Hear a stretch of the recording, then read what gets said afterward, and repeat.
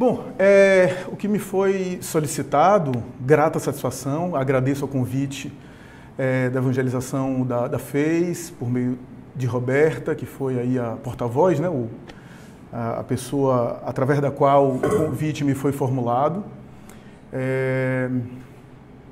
Algumas coisas que a gente vai discutir aqui, refletir, eu havia comentado no seminário de vocês, no workshop de vocês naquele dia, né? Porque de alguma forma esse tema sobre o uso de tecnologia, manejo de dispositivo digital, é uma coisa que eu cheguei a passear no workshop, cheguei a colocar. Esse evento, o conteúdo está disponível aí para casa, a casa ainda não divulgou, mas vai publicar, né? Porque foi registrado. A gente está registrando justamente por isso, porque às vezes esse conteúdo serve para outras pessoas, então eu estou gravando apenas a minha imagem, vocês não vão aparecer, só quem quiser colocar a cabeça aqui na imagem, né? Mas quem não quiser, enfim, a ideia é disponibilizar para outras pessoas que muitas vezes não podem estar aqui, até em outros locais, né? E que muitas vezes acabam sendo beneficiadas com algum tipo de reflexão. Essa é a ideia, acho que está dentro até do tema, né? A ideia dos recursos tecnológicos que a gente tem hoje e que podem ser usados, inclusive, com conteúdo espiritual, né? A serviço do conteúdo espiritual, sendo utilizado como ferramenta da divulgação do bem e assim por diante, né? O tema é muito vasto, o tema é muito complexo, o tema toca em uma série de camadas, né? E que vale a pena a gente aqui abordar, né? Os desafios disso, né? A interseção disso com a doutrina espírita, né? O que é que a doutrina espírita pode contribuir com isso, né? O que é que o mundo espiritual fala sobre tecnologia, sobre recursos tecnológicos. Então, tudo isso a gente pode aqui discutir, né? E acho que reservar algum tempo para vocês poderem interagir, para quem quiser levantar questão, quem quiser falar alguma coisa, quem quiser contribuir com alguma coisa, pode de alguma forma estar à vontade, né? Eu pensei inicialmente em lembrar que na obra espírita, eu estou me referindo aqui ao Livro dos Espíritos e à obra kardeciana, sobre a qual eu tenho certeza que os evangelizadores aqui, as evangelizadoras aqui, citam para vocês. Tem algumas alusões que fazem a gente pensar sobre esse avanço da técnica, né? Quando a gente fala avanço tecnológico, a gente está falando de um avanço de técnica. Quando a gente pensa em tecnologia, quase sempre a gente pensa a tecnologia como sendo algo digital, mas todo avanço técnico é um avanço tecnológico, no sentido clássico da palavra, né? Então, os espíritos comentam, lá na primeira obra, o Livro dos Espíritos, que a função do espírito, e aqui a função do espírito, tanto no mundo espiritual fora da carne, como na carne, entre outras coisas, ou seja, evoluir, crescer, desenvolver valores, vivenciar as experiências humanas, é também intelectualizar a matéria. A intelectualização da matéria não é exclusivamente você dar vida cerebral e intelectual ao corpo, porque é isso que muitas vezes é entendido desse trecho. O espírito intelectualiza a matéria, ou seja, ao reencarnar, ele assume um corpo e vitaliza, porque um cérebro sem alma é um cadáver. O que dá espontaneidade à matéria é justamente a vida inteligente.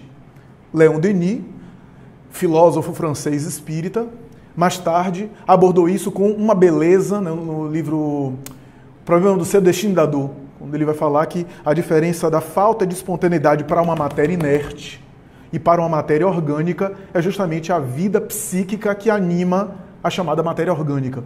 Essa vida psíquica é a alma. Só observar um corpo do qual ela saiu. O corpo do qual a alma sai se constitui em uma vida inerte, uma vida em decomposição material, uma vida, portanto, ali sem vitalidade, sem espontaneidade, né? Essa é a razão porque boa parte da matéria, excluindo a matéria orgânica, portanto, não tem espontaneidade, não tem, portanto, deliberação, não tem escolha própria, não tem autonomia, não tem vida inteligente. Mas a gente pode entender, intelectualizar a matéria com submeter toda a matéria aos processos intelectuais que o espírito é dotado, a ponto de transformá-la e a ponto de pegar uma matéria-prima e usá-la de uma maneira muito mais sofisticada. E isso é tecnologia também. Você pega um recurso da natureza, uma fruta, uma oleaginosa, um legume, um mineral, e transforma aquilo, através de processos intelectuais, a princípio, industriais talvez, em recursos que você muitas vezes utiliza. Quem imagina que, por exemplo, por uma fruta ou por uma casca de fruta, a gente tira cosmético, shampoo, tempero para algumas comidas, hidratante de pele, a partir de uma matéria-prima única, a partir de um recurso que você retira ali da natureza. E isso é intelectualizar a matéria. Isso é submeter a matéria aos processos que... Quem é que faz isso? O princípio espiritual, o princípio anímico, o princípio inteligente. Então, a gente tem, por exemplo, todos esses processos. E aí, quando a gente pensa em tecnologia digital, a gente também tem uma intelectualização da matéria. Não é à toa que a região conhecida pela produção de ponta no mundo de conteúdo digital e de elementos da informática, da comunicação digital, é Vale do Silício. O silício é um mineral presente no seu corpo, sem o qual você tem problema de saúde, que você assimila, mas ao mesmo tempo o silício submetido a processos industriais é essencial para decorar sua casa, por exemplo, de vidro e de cerâmica. E esse mesmo silício é que, através de processos muito complexos, que eu não vou entrar aqui, até porque eu nem conheço todas as complexidades químicas, de transformação do silício, que vai gerar o chip do seu notebook ou do seu celular. Um mineral que dá origem a vidro, que produz cerâmica e que, ao mesmo tempo, é matéria-prima também para os gadgets, para os tablets, para os dispositivos que hoje a gente usa. Estou falando de silício, mas tem outros componentes químicos, tá? É só para simplificar. Então nós temos, portanto, essa ideia que mais tarde, o codificador Allan Kardec vai desenvolver isso, essa intelectualização da matéria, dizendo o seguinte, olha só, ele diz em O Livro dos Espíritos, na verdade não é nem ele, os espíritos falam a ele, que o progresso intelectual antecede sempre o progresso moral. E o progresso moral, embora decorra do progresso intelectual, não o segue imediatamente. Ora, o que isso quer dizer, Flávio? Quer dizer que para eu ser um espírito bom, eu preciso necessariamente passar pela formação estrito sensu e lato sensu da academia a ponto de ter doutorado ou pós-doutorado? Não, não é isso. Não é isso. O que os espíritos querem dizer por progresso intelectual, lembre, quem já está aí na escola, no ensino médio, estudando Darwin, vai lembrar que a palavra evolução é uma palavra que foi popularizada com Darwin, que é contemporâneo ali de Allan Kardec. O Livro dos Espíritos foi publicado, inclusive, antes da obra da seleção das espécies, da teoria da evolução natural, da seleção das espécies, que é a obra de 59. O Livro dos Espíritos foi publicado em 1857, então 2 anos antes. A expressão evolução você não vai encontrar na obra de Kardec, porque a expressão não era conhecida, não era um vocabulário usado. Por isso que aparece progresso. Em algumas partes aparece desenvolvimento. Em algumas expressões, principalmente o capítulo dali dos 3 reinos, quando fala sobre a evolução do psiquismo animal, mineral, vegetal e hominal, vai falar de elaboração. São expressões, as mesmas expressões para uma mesma coisa, que hoje a gente usa a palavra mais clara, que todo mundo entende, evolução. Kardec usou a palavra progresso em O Livro dos Espíritos, 3ª parte, Leis Morais, e tem uma lei chamada Lei do Progresso, e os espíritos afirmam isso. Progresso intelectual, progresso moral. Também a palavra intelectual e a palavra moral foi usada em uma acepção, em um sentido muito específico por Kardec naquele momento. Progresso intelectual, quando a gente lê a obra espírita, a gente percebe que não é formação acadêmica, titulação acadêmica. Progresso intelectual que ele coloca ali é o desenvolvimento do discernimento. Aí pare aqui e pense se não é certo. Porque você vai dizer, como assim o indivíduo progride intelectualmente para depois progredir moralmente? Eu conheço muita gente analfabeta que é uma pessoa boa. E conheço muita gente inteligente que são pessoas ruins, egoístas, perversas. O que os espíritos estão dizendo é que se você pega o homem lá do Paleolítico, né, o homem da chamada civilização pré-social, porque hoje a expressão primitivo é uma expressão um pouco condenada pelas ciências antropológicas, mas esse é o termo que Kardec usou, porque na época dele era esse termo que usava mesmo. O homem primitivo, né, ou seja, o homem das chamadas civilizações antigas, para ele agir de uma maneira mais amadurecida, ele precisava discernir primeiro. Ele, como todos nós, adquirimos alguma reflexão ética sobre algum assunto para depois agir diferente. Quando a gente está num dilema, o que é que a gente faz? A gente pensa primeiro o que fazer para depois agir de conformidade, de acordo com aquilo que a gente pensou. Esse é o progresso intelectual que os espíritos falam. Ou seja, eu preciso primeiro discernir para depois fazer.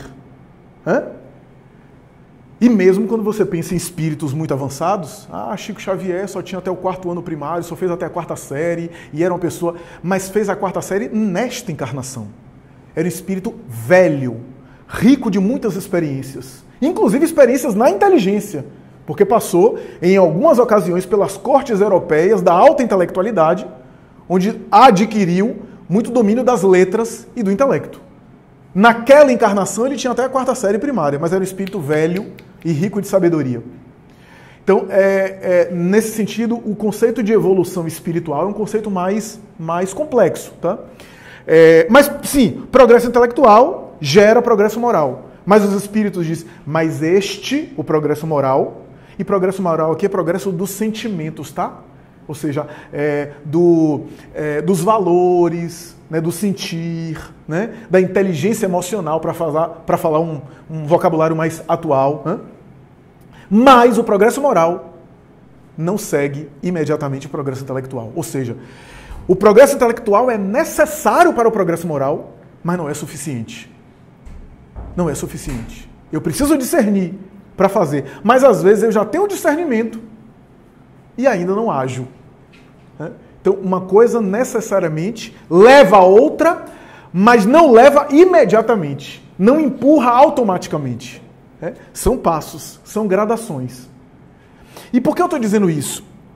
Porque quando a gente pega, por exemplo, a obra kardeciana, a gente vai ver lá a ideia de que Deus às vezes envia missionários na Terra para fazer acelerar o progresso através de grandes ideias, inclusive na técnica, para produzir um avanço para o qual a maioria das pessoas não está preparada, e depois ele vai seguindo aqueles avanços, vai acompanhando aqueles passos, e vai lentamente discernindo de como deve lidar com aquelas coisas, como deve discernir para aquelas coisas. E isso, gente, quando a gente para pensar a esse respeito, a gente vê inclusive missionários grandiosos em todas as áreas, que ofereceram grandes ideias, e que a gente não compreendeu as ideias naquele momento, e que vai ter um reflexo muito tempo depois. Por exemplo, todo mundo aqui, acredito, já ouviu falar de Albert Einstein. Um dos grandes nomes da história da ciência, uma das grandes cabeças da história da ciência. Esse homem era tão fantástico que no ano de 1905 ele publicou 5 artigos científicos, um competindo com o outro, e ganhou o prêmio Nobel. Se ele tivesse ambição científica, ele teria publicado cada um em um ano e provavelmente teria ganho vários prêmios Nobel. Movimento browniano, a velocidade da luz, o fotoelétrico, teoria da relatividade restrita e geral, e assim por diante. Aí você pega, por exemplo, a teoria da relatividade restrita e geral, teoria da relatividade do tempo e do espaço. Provavelmente alguns de vocês já devem ter ouvido falar dessas ideias de Einstein. Na prática, quando ele elaborou essas ideias, não tinha nenhuma aplicabilidade prática, aplicabilidade cotidiana. O que é que você vai usar, por exemplo, de teoria de relatividade para o seu dia a dia? E na época dele, nem ele tinha essa noção, nem ele visualizava essa noção, e nem aqueles que receberam essas ideias, ou seja, os cálculos dele, matemáticos levaram à conclusão de que um relógio colocado na superfície da Terra tinha um tipo de velocidade que, se fosse colocado lá em cima na atmosfera, não tinha a mesma velocidade. E de alguma forma teria que calcular essa diferença no espaço para saber de maneira exata como o tempo estava transcorrendo, relatividade do tempo e do espaço. Aí você pensa, e para que isso na minha vida? Só que não fosse a relatividade do tempo e do espaço, você não teria, pelo menos, eu vou citar, tem mais, mas eu vou citar só duas coisas que todos vocês usam, ou pelo menos a maioria de vocês usam. Waze, GPS, não seria possível sem a teoria da relatividade restrita e geral. Seria impossível, seria inviável. Tá? E micro-ondas. Então, Einstein nem viveu para ver isso. Nem visualizou esse avanço. Então, às vezes o progresso é assim, o mundo espiritual envia missionários, eles vêm, contribuem, e que depois a contribuição deles vão ter desdobramentos, que a gente vai se beneficiar, às vezes nem eles se beneficiam daquilo, e nem recebe o mérito, o aplauso disso, e as gerações futuras são beneficiadas com aquilo. Às vezes até com interesse material. Teve muito cientista que descobriu coisas extraordinárias, mas que não tinha assim um sentimento muito grandioso pela humanidade, não, mas sem saberem, estava sendo instrumentos da criação, oferecendo a sua contribuição por interesse financeiro, por interesse material. Quem não conhece as tretas de Thomas Edison, inventor da lâmpada e tantas coisas, inclusive que há um boato que ele, inclusive, em alguma medida, roubou algumas descobertas que não eram deles, eram dos alunos dele, e patenteou seu nome, para publicar aquilo. Mas sem o saber, por interesse meramente egoísta, esses homens, alguns muito imperfeitos, estavam contribuindo para o progresso geral. O progresso é feito de maneira ali, paulatina, de maneira ali, em vias. Rapidinho que eu te passo a palavra. Em vias. Então, às vezes o espírito progride em uma área, na outra ele não progride, depois ele vai acompanhar. E esse desenvolvimento vai sendo feito em pequenas escalas. Pequenas escalas que vai contribuindo com o coletivo. Kardec vai dizer, às vezes por interesse material, depois por interesse moral, pelo bem-estar, e depois pela sensação de que aquilo vai contribuir com a coletividade. Isso aos poucos. Diga. O senhor falou de Thomas Edison, que ele não necessariamente é uma pessoa tão boa assim do ponto de vista da vida pessoal dele, que inclusive até alguns vícios em cocaína, se não me engano.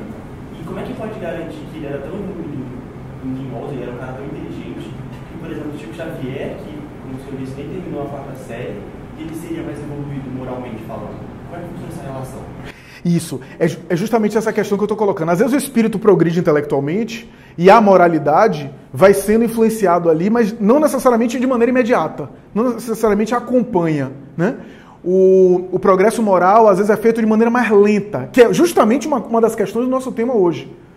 O avanço da tecnologia e às vezes hábitos e costumes não avançam para fazer frente àquela tecnologia. Então Thomas Edison tem algumas coisas na vida dele meio duvidosas, embora ele apareça lá em Voltaire, na obra de Irmão Jacó, com luzes, etc., porque também as contribuições dele geraram efeito, mas tem umas tretas com Tesla, que foi um pouco ignorado, que o pessoal de engenharia elétrica sabe desse lado podre aí deles nos bastidores, mas, de fato, existe esse tipo de coisa. Às vezes o cientista é um grande espírito no sentido da contribuição das ideias, e a moralidade ele também está lutando, ele também está se esforçando, ele também está batendo cabeça na missão dele. O missionário, ele vem à Terra para também evoluir. Por exemplo, eu citei Einstein. Einstein era um grande missionário no campo da ciência, mas na vida privada ele teve alguns deslizes. Pergunta às duas esposas dele. Que não tinha muito bons elogios para ele, não. Então, nós, portanto, temos esses progressos aí, que são, assim, paulatinos, E aí, gente, eu queria citar uma coisa muito importante, que é o seguinte, todo dilema ético, todo dilema ético, você pode até pensar em algum exemplo aí, tem a ver com avanço técnico um avanço técnico e hábitos e costumes que ainda são antigos, que ainda estão se adaptando àquele avanço técnico. Todo dilema ético passa por isso. Houve um avanço técnico, um avanço da técnica, e eu, em hábitos e costumes, a população em hábitos e costumes ainda não consegue acompanhar, ainda não consegue, de alguma forma, se desenvolver. Ainda está pensando como lidar com aquilo. Tá? Então, se você pensa, Flávio, não, mas um sujeito que está no trem, passando pelo trem, e aí ele não sabe se para, ou no ônibus, não sabe se para ali perto no ponto de ônibus, ou no final do ponto, porque no início do ponto de ônibus tem, sei lá, algumas crianças, e no final lá da pista tem outras pessoas. Ele para onde? Ele para ali ou ele para no final do ponto de ônibus? É um dilema. E o que é que isso tem a ver com tecnologia? A técnica é justamente o ônibus. Não importa. Mas e se for charrete com cavalo? É uma técnica. Você pega Prometeu, mito lá antigo. Qual foi o dilema? A descoberta do fogo. E como usar o fogo. E ele sendo punido pelos deuses, porque tirou o fogo do Olimpo. E a partir daí, como é que a humanidade, que ele oferecia o fogo, como é que a humanidade ia lidar com essa descoberta do fogo? Sempre quando surge uma coisa nova, e isso aconteceu ao longo do... Quem não lembra da clonagem quando apareceu, né? E depois toda a técnica de engenharia genética, e agora é a bioética, e aí a gente vai fazer clonagem com o ser humano, não vai. E aí a capacidade de manipular genes e de até escolher o biótipo do filho, será que não vai nascer uma mentalidade racista, uma mentalidade eugenista, uma mentalidade em que, de alguma forma, as pessoas queiram formar padrões, né, de biótipos humanos específicos, né, que de alguma forma se assemelham a um certo darwinismo social que influenciou o arianismo de Hitler, né, uma raça superior, uma mentalidade, um biótipo humano supostamente superior a outros. Né? Então, essa ética, no caso aí da clonagem bioética, sempre aconteceu, né? A partir de avanços técnicos, avanços tecnológicos. Não é diferente aqui quando a gente pensa, por exemplo, nos avanços digitais. E alguns dilemas éticos são muito difíceis. Quem não assistiu Oppenheimer, o filme Oppenheimer tem um dilema ético que é fácil hoje eu, distanciado na história, olhar e dizer, não, que idiota ele, negócio de bomba atômica, Anacronismo, né? Anacronismo é quando eu olho uma coisa distante no espaço com as lentes do século atual. Aí é fácil.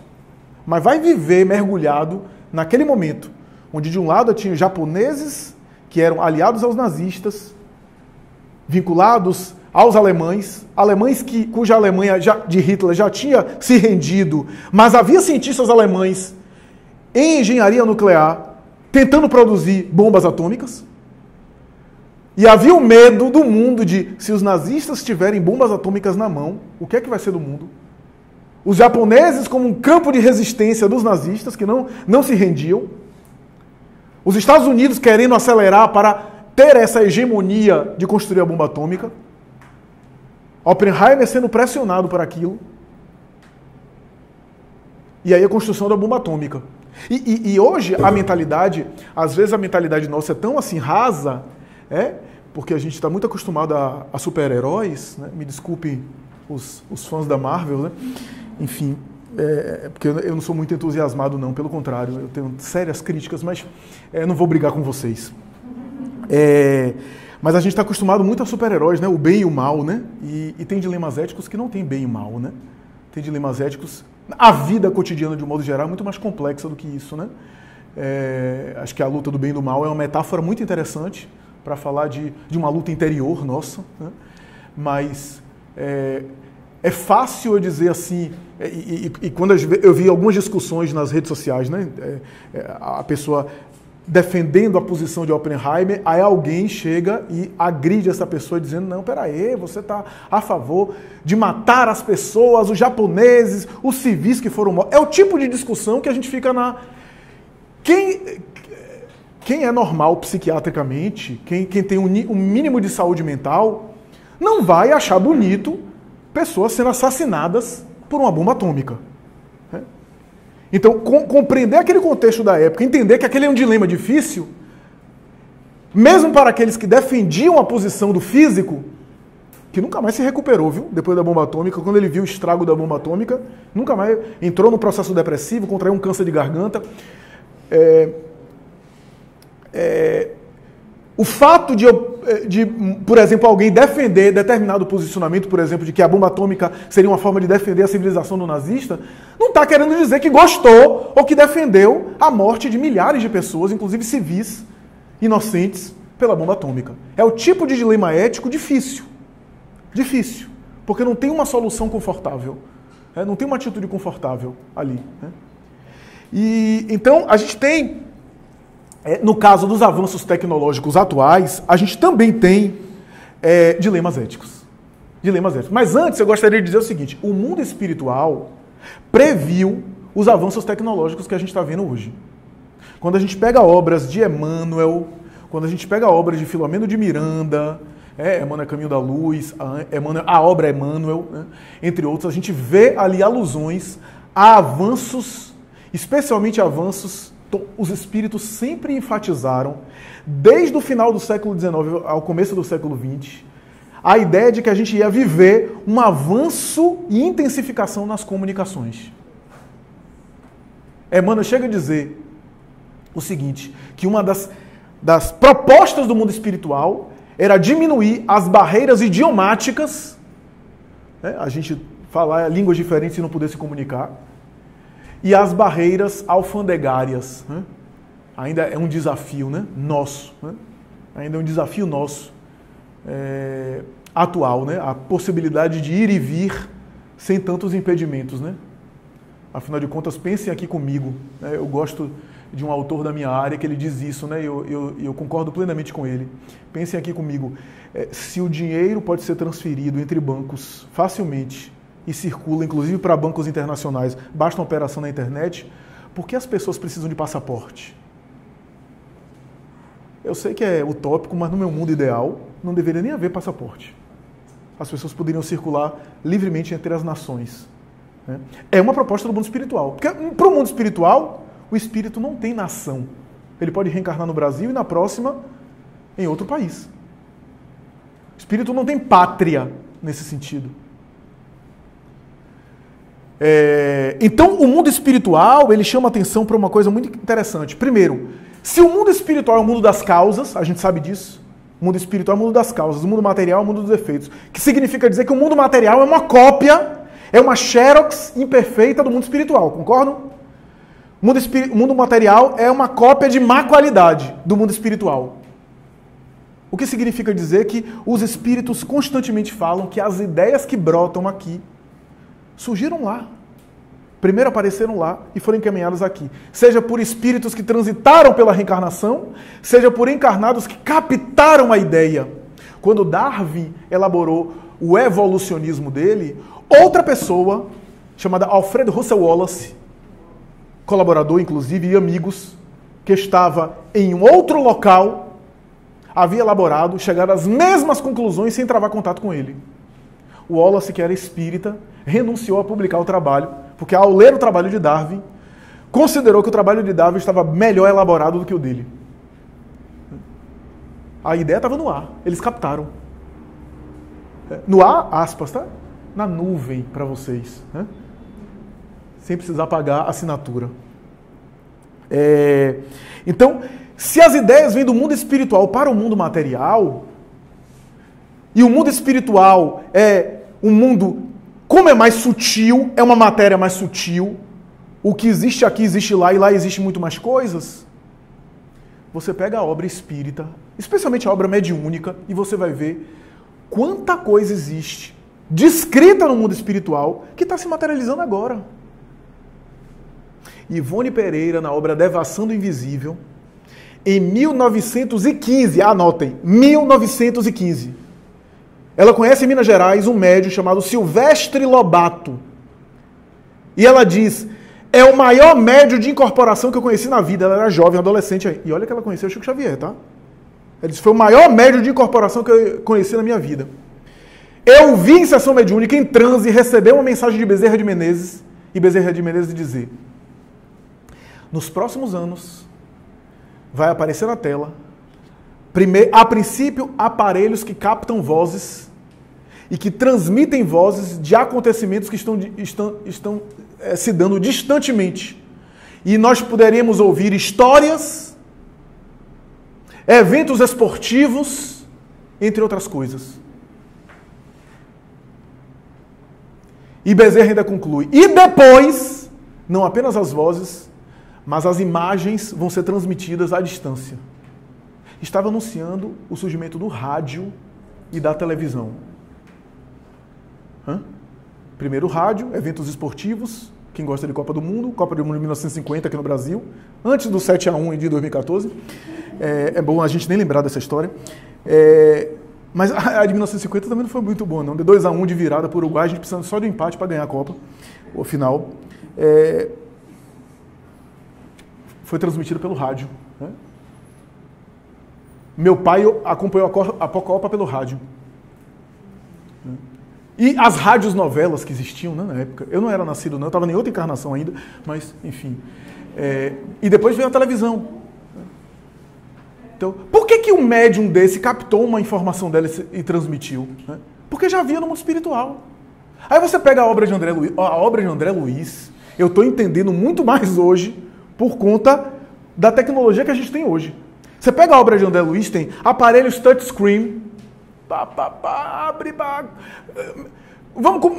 a gente quer se comunicar com o espírito, mas esse espírito está distante, está em uma região mais sutil, ele não pode se materializar aqui nessa região grosseira que a gente está, porque ele está com afazeres lá, obreiros da vida eterna, comunicação com Asclépio, um benfeitor espiritual. Abre uma tela, todo mundo se concentra, daqui a pouco, olha a ligação de WhatsApp, de vídeo. Só que essa obra é de 1940, década de 40. Eu nem sei se havia estetoscópio na medicina. Nosso lar abre uma tela, só que lá a tela não é para você fazer time-lapse. O time-lapse lá era para recuar a 2 encarnações de um sujeito que queria ver a encarnação dele. Por vídeo. Missionários da Luz. Eu acho que é Missionários da Luz, se não me engano. O sujeito traz um aparelho eletrônico chamado psicoscópio para examinar o estado emocional da pessoa. Como é que você está? Não, estou agitado, estou irritado. Pega aí o psicoscópio. Examina. Nos domínios da mediunidade, tem uma espécie de óculos. A Apple não lançou um óculos agora digital? Bota o óculos no sujeito. E o sujeito visualiza algumas necessidades emocionais e psíquicas em relação à mediunidade. Tem até uma catracazinha eletrônica lá, que o sujeito, a depender da vibração dele, ele passa e a vibração é registrada. Não, você não está em condição ainda de trabalhar em tal atividade. Né? Quer dizer, aqui a gente tem a balança de impedância, né? Para saber o nível de gordura. Né? Lá a balança é outra, né? Ora, essas coisas ao longo dos anos têm sido materializadas aqui na Terra. Algumas coisas têm se concretizado aqui, né? E a obra de André Luiz tem colocado lá. Mas, que bom que o psicoscópio ainda não veio, né? Já pensou? Pegar o psicoscópio, pá! Olha o que você está pensando, viu? E vai ficar feio, viu? Você ficar pensando assim, tal, invadir a privacidade do outro, né? Para ver o que é que o outro está pensando, porque o psicoscópio é assim, né? Tanto é que há uma faculdade mediúnica chamada psicoscopia, que é justamente essa capacidade psíquica, né? Chico Xavier, às vezes, vivenciava isso, né? De penetrar psiquicamente nos outros, né? Que invasão de privacidade, que negócio horrível. Mas a questão é o seguinte, o objetivo é, o que é que os espíritos dizem? O objetivo é, com essas comunicações digitais que a gente tem, facilitar a comunicação, otimizar, tornar a comunicação mais veloz, ninguém nega que a comunicação está mais veloz, para ir educando a gente numa comunicação que seja psíquica. Porque no plano espiritual, a gente sabe, desde Allan Kardec, que a comunicação muitas vezes dispensa a palavra, é psíquica. Em ação e reação, o benfeitor espiritual olha para o André Luiz e diz assim, esse sujeito está precisando de ajuda? Aí o benfeitor, peraí, vou localizar a mãe dele. Ah, a mãe dele está aqui nas cercanias, em tal lugar, em tal rua. Geolocalização.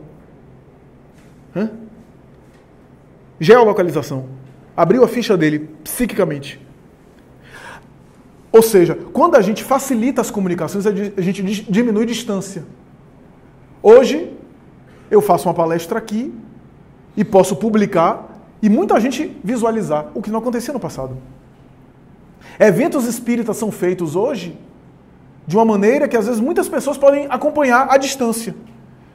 Às vezes o próprio palestrante não pode ir, porque às vezes ele viaja horas e horas, chega no lugar para fazer uma palestra de 1 hora, voltar, às vezes com problemas na família, em casa, e às vezes, claro que o encontro presencial também é importante, né? Não vai nunca deixar de haver essa necessidade. Né? Mas como diminuir distância? Um indivíduo na sua profissão, para conhecer uma pessoa muito importante na sua profissão, tinha que viajar para outro país. Hoje ele faz uma live no Instagram com essa pessoa. Diminuir distância. Isso é um projeto do plano espiritual. Porque o plano espiritual fala que a linguagem do pensamento diminui a distância, a velocidade é maior, a intensificação, a facilidade. A gente está se educando, isso que o mundo espiritual tem falado, a gente está se educando para uma comunicação que seja mais psíquica. Aos poucos. Em planos elevados, a comunicação é mais psíquica, mais veloz. Essa é a ideia, esse é o objetivo. Tá longe? Tá. Mas é mais ou menos essa a ideia, esse é o objetivo. Agora, gente, o que é mais importante aqui a gente entender é o seguinte, isso aproxima o mundo físico do mundo espiritual. Não precisa ser médium. Isso dá voz ao indivíduo. Não precisa ser médium. Quem duvida que dá voz ao indivíduo, né? Por exemplo, no passado, qual é o palestrante que conseguia falar às multidões, se não no centro espírita? Não estou falando aqui do meio espírita, mas pode ser em alguma instituição. Hoje, você pode abrir um canal espírita no seu perfil e falar para milhares de pessoas. Hoje, há instituições não possuem o poder da comunicação total. Aliás, nem e aqui eu não estou falando só de espiritismo, não. As mídias tradicionais, se o indivíduo tivesse um talento muito grande na arte, ele não conseguia chegar se não tivesse amizade com as mídias, se não tivesse algum tipo de luta para conseguir isso. Hoje, o indivíduo abre sua página e se aquilo tem reações positivas, se o trabalho dele é de qualidade, ele ganha destaque. Então, deu voz ao indivíduo. Tudo bem, deu voz ao indivíduo também para o mal. Deu voz ao indivíduo para o indivíduo também abrir um perfil e falar um monte de besteira que não tem nada a ver. Mas isso sempre houve. Sempre houve isso. Então, a gente conseguiu otimizar, conseguiu acentuar a comunicação, alcançar multidões para o bem ou para o mal. E todos nós estamos aprendendo. Esse é o dilema ético. Todos nós estamos aprendendo a lidar com isso ainda. Se eu falar para vocês que ninguém sabe totalmente lidar com esses recursos que chegaram muito rápidos, eu sei que alguns de vocês já nasceram mergulhados nesse meio. Alguns de nós não nascemos mergulhados nesse meio pós-Steve Jobs. Eu estou falando pós-Steve Jobs porque a partir de 2007, quando houve a implementação de celulares touchscreen, houve, portanto, uma nova mentalidade, né? A famosa conferência dele, com aquele jeito marqueteiro dele de dizer que agora o mouse dos computadores era o dedo. E que deu origem aí a toda a tecnologia que a gente tem hoje, né? Transferindo a experiência do computador para o celular. Hoje a gente está vendo o contrário, né? A gente está vendo a experiência do celular indo para o computador. Mas alguns de nós nascemos em uma experiência anterior a essa época. E estamos também nos adaptando.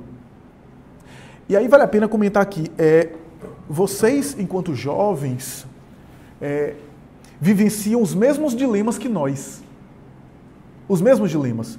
Talvez os mais velhos aí, isso é importante eu dizer, porque às vezes a gente não tem essa noção quando a gente está vivendo a juventude. Talvez os mais velhos tenham mais experiência em determinadas vivências e tenha mais condição de controlar algumas coisas que a gente, mesmo tendo uma técnica maior.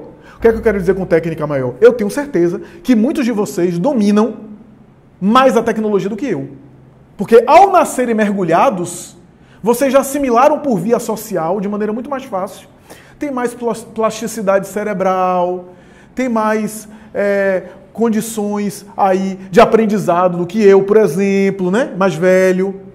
Mas aquilo que eu não tenho de técnica, talvez, eu tenho de vivência e de experiência. Eu estou falando eu, mas assim, os mais velhos. Então, eu acho que jovens e mais velhos dá para aprender juntos. Dá para aprender juntos. Por quê? Porque toda técnica que chega com amplitude maior, com a capacidade de poder maior e, portanto, com uma autonomia maior que a gente tem para lidar com essas coisas, a gente vai aprendendo. Hábitos e costumes, inteligência emocional, maturidade psíquica, a gente vai lidando com isso aos poucos. A inteligência artificial é ótima, não é? Mas a inteligência artificial não é inteligência emocional. Há uma discussão em minha área, né? Dizendo que existe uma suposição de que a inteligência artificial vai substituir muitas profissões. Existe essa suspeita. Por exemplo, você pensa, inclusive em profissão de medicina. Algumas áreas de medicina, como radiologia, por exemplo, né? Leitura de exames de imagem. A inteligência artificial provavelmente vai fazer melhor. Provavelmente essa categoria vai desaparecer.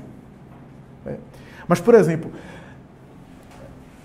eu vou usar a minha área como exemplo, mas mesmo na medicina tem outras áreas, e mesmo em todas as áreas existe sempre essa competência humana que a inteligência artificial nunca vai substituir. Por exemplo, na minha área, é muito difícil a inteligência artificial substituir o profissional de saúde mental. Por quê? Porque a inteligência artificial é lógica. Ela trabalha com algoritmos, com o acervo que ela tem até então, e ali ela é precisa, mais precisa do que nós, de apontar rumos. Mas o emocional nem sempre é lógico. O comportamento nem sempre tem lógica. Os sentimentos que a gente tem nem sempre tem lógica, tem coerência. Aí eu vou falar na linguagem espírita. A moralidade nem sempre segue a lógica matemática. E isso sempre a gente vai dispor. Sempre vai ter. Sempre vai ser uma tarefa humana. Tarefa humana que talvez no futuro vai ser o seguinte: profissionais que lidam com inteligência artificial terão que ter a sensibilidade de usar a inteligência artificial melhor. Não é que a inteligência artificial veio para ficar. Mas como é que a gente vai usar ela? Na minha área, por exemplo, tem tentativas de estabelecer terapia de casal por inteligência artificial. Então, bota o ponto de vista da esposa, o ponto de vista do marido, e bota a inteligência artificial para dizer quem é que está certo. Só que terapia de casal nem sempre é quem está certo. Não é uma questão de estar certo ou estar errado. Então, dá para futuramente a gente pensar que os psicólogos podem utilizar a inteligência artificial? Dá. Porque a memória intelectual da inteligência artificial é melhor do que a humana. Mas, e a sensibilidade para usar esses dados? Mas aí eu preciso falar de uma coisa. Todo avanço técnico também tem abusos, tem mau usos e tem vícios. Na minha época de 15, 16 anos, havia outros avanços. E havia problemas. Não é que eu estou com aquele papo de cringe que vocês falam, né? Não é que eu estou com aquele papo de dizer que na minha época é melhor. Não, era horrível. Tinha um monte de problema também. Tá? Mas hoje, os desafios de vocês são outros. Por quê? Porque amplificou mais. Então, por exemplo, a violência hoje, verbal, é uma coisa catastrófica hoje nas redes sociais. Hoje você pode assassinar uma reputação facilmente. Facilmente. É só você criar um conteúdo bem elaborado contra alguém, apresentar provas, entre aspas. Pouco importa se a justiça vai depois ter uma retaliação. Aquilo já foi publicado, já foi. Eu comentei, inclusive, entre amigos, porque eu acompanhei na época o ator norte-americano Kevin Spacey, o ator que fez, inclusive, séries de Netflix, fez Beleza Americana. Ele foi acusado de uma série de abusos sexuais, série de violências sexuais. Passou aí, acho que 2 ou 3 anos, acho que foram 3 anos, né? Na época que foi publicado, foi um horror aquilo, né? Relações sexuais por violência, né? Ele é uma celebridade, né? Ele tinha relações sexuais fortuitas, ele admitia que era promíscuo. Eu não vou entrar no mérito aqui, porque eu não estou aplaudindo a promiscuidade, não é isso, né? Mas uma coisa é promiscuidade, outra coisa é estupro, tá? Ele admitia que tinha relações sexuais promíscuas, né, com várias pessoas. E esse talvez foi o erro dele. O erro dele, porque como celebridade, a gente sabe que a celebridade precisa tomar muito mais cuidado. Muito mais cuidado. Olha só, muita gente quer ser famoso, mas a gente não sabe qual é o tormento da fama de uma celebridade dessa. Porque até para se relacionar, você não sabe se o outro vai usar aquilo contra você. Pois bem, ele foi enxovalhado nas redes sociais. Graças à pressão das redes sociais, ele perdeu dinheiro, perdeu a oportunidade de trabalho, foi cancelado em propostas de trabalho que ele já tinha assinado, né? Pagou rios de dinheiro como advogados. Detalhe, não eram relações heterossexuais não, né? Porque alguém vai dizer, mulher, e a mulher é mais vulnerável, e... Não, eram relações entre homens, ele é gay. Tá? Relações entre homens com homens de maior idade, não eram homens de menor idade não, menor de 18 anos não. E depois de investigar, dos advogados investigarem, de pegar testemunha, de resgatar câmeras, inclusive, porque começou as incoerências, né? Uma denunciou que ele pegou a fossa e botou no carro, aí quando vai ver a câmera, não tinha nada disso. O cara que abordou ele, inclusive, e ele convidou para ir para o carro. A última audiência, ele chorou que nem criança diante do juiz, né? Mas já está feito. Uma audiência que quase ninguém ficou sabendo. Durante anos ele foi apedrejado. Então, veja o poder. O poder disso. Veja o poder que se tem nas mãos, para o bem ou para o mal. A gente pode destruir a vida de alguém. E outra coisa, como eu falei aqui na quinta-feira aqui, eu falei, se eu massacro alguém nas redes sociais, essa pessoa não tem resistência emocional, porque a gente não sabe a fragilidade e a resistência emocional de cada um. E a pessoa morre porque deprimiu, ou morre porque se suicidou, eu matei ela. No mundo espiritual, eu sou homicida. Eu entro na vida espiritual como criminoso, como homicida. Eu não peguei uma arma, né? Eu não joguei a pessoa de um lugar alto, eu não agredi fisicamente ela, mas eu a matei. Então, todo o avanço técnico me dá um maior poder e, portanto, uma maior responsabilidade. Não é só na violência, né? Violência que às vezes perturba o outro, gera depressão no outro. A gente é responsável por isso. Pela linguagem violenta que a gente usa nas redes sociais. Às vezes para aparecer. Como a linguagem violenta se destaca, aparece, gera mais reações, muita gente usa a linguagem violenta para conseguir engajamento, né? Lacrando em cima do outro, ridicularizando a publicação do outro. Mas tudo isso tem consequências. Aí você vê essas pessoas, muitas vezes, que vivem nessas brigas, nessas tretas de rede social, daqui a pouco está deprimindo. Daqui a pouco está agudizando esse sofrimento psíquico. E é assim na violência, é assim na sexualidade. É assim na sexualidade. O conteúdo erótico que alguém de 15 anos da minha geração conseguia ter acesso era um conteúdo muito mais escasso, muito mais difícil e muito menos explícito. Que embora não é apropriado, nunca foi apropriado, né, para menor de 18 anos, nunca foi. Porque o jovem muitas vezes ainda não tem noção profunda da sexualidade, mas ok. Mas ainda assim aquele conteúdo menos explícito, como era menos explícito, ainda assim era menos danoso no sentido de que o sexo, a sexualidade, o erotismo tem algo de fantasiar. O que ocorre hoje é que você não precisa fantasiar. Já está tudo dado. Eu falei isso aqui no seminário, porque na minha profissão eu atendo jovens que estão viciados em pornografia. A quantidade nos últimos 5 anos para cá tem me assustado. E não são só meninos não, tá? Eu sei que os meninos consomem mais pornografia do que as meninas. Mas meninas também, viu? Tem meninas também. O que tem me chamado a atenção é que, por ajudar e por tentar tratar esses casos, eu conheço o que vocês imaginarem, eu conheço de pornografia. Conheço todos os sites, a maioria das plataformas. Não conheço a pornografia, não tenho acesso à pornografia ilegal, porque existe um submundo da internet, mas é ilegal. Né?